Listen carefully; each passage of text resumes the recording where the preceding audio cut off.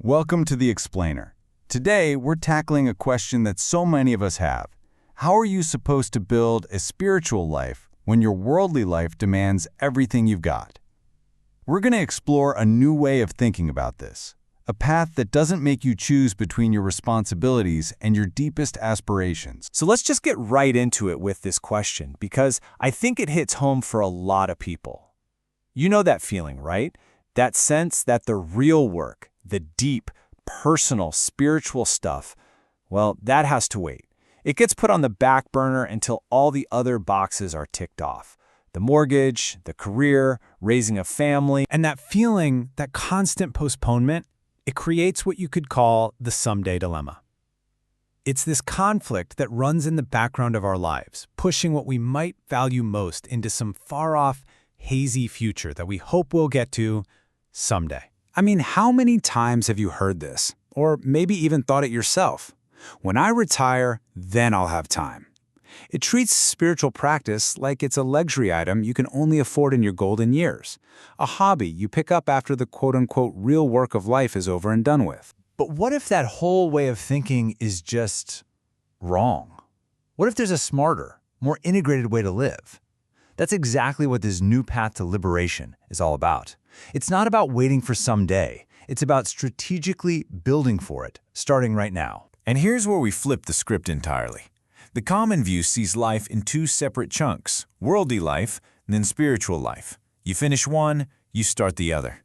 But this new path, it says, no, you've got it backwards. It argues that building a stable, secure foundation in the world isn't a distraction from the spiritual path, it's the very first step on it. And this gives rise to this idea of the new seeker.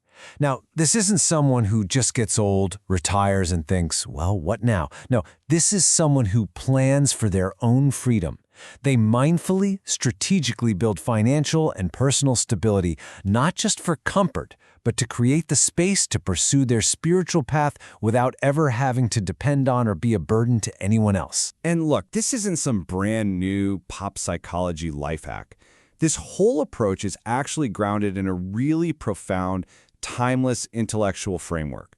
It's ancient wisdom that speaks directly to this very modern problem. That framework comes down to three core principles from Buddhist thought.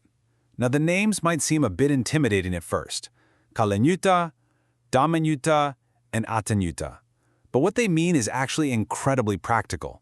It's about knowing the right time, knowing the cause, and knowing the effect. Let's break down what that really means for us. So, applying these principles totally changes your perspective. Knowing the right time, that's about being smart and realizing your youth and energy are the perfect tools to build that solid foundation. Knowing the cause, that's reframing hard work. It's not just a grind. It's the specific action, the cause, that will create the peace you want later. And knowing the effect, that's the payoff. It's understanding that the stability you're building isn't the final destination. It's the launch pad, the thing that gives you the freedom for disciplined practice and real inner liberation. Okay, so that's the theory. But a good story can really make an idea click. So let's look at a classic tale that just perfectly captures this idea of wise, responsible action. The story goes like this. There's a monk. He's dedicated his life to spiritual practice, living simply in the forest. But then he gets word that his parents are now old, frail, and they can't take care of themselves anymore. So now he's stuck, right? A huge conflict between his sacred vows and his duty to his family. So what does he do? He makes this incredible choice. He temporarily hangs up his robes, leaves the monastery, and walks right back into the world he had left behind.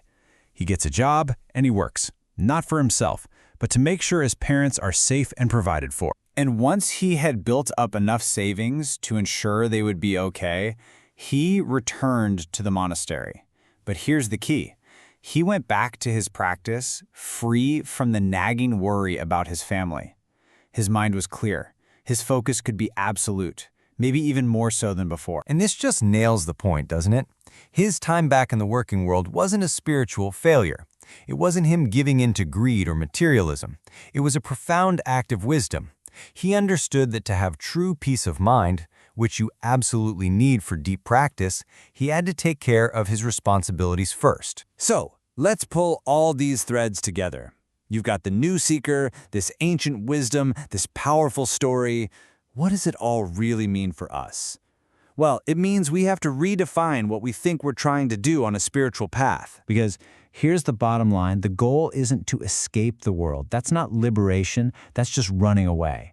The real path, the more challenging and rewarding path, is learning to engage with the world more wisely, with more skill, and with more foresight. And when you look at it that way, everything changes. Suddenly, budgeting, saving, career planning, it's not just boring adulting anymore.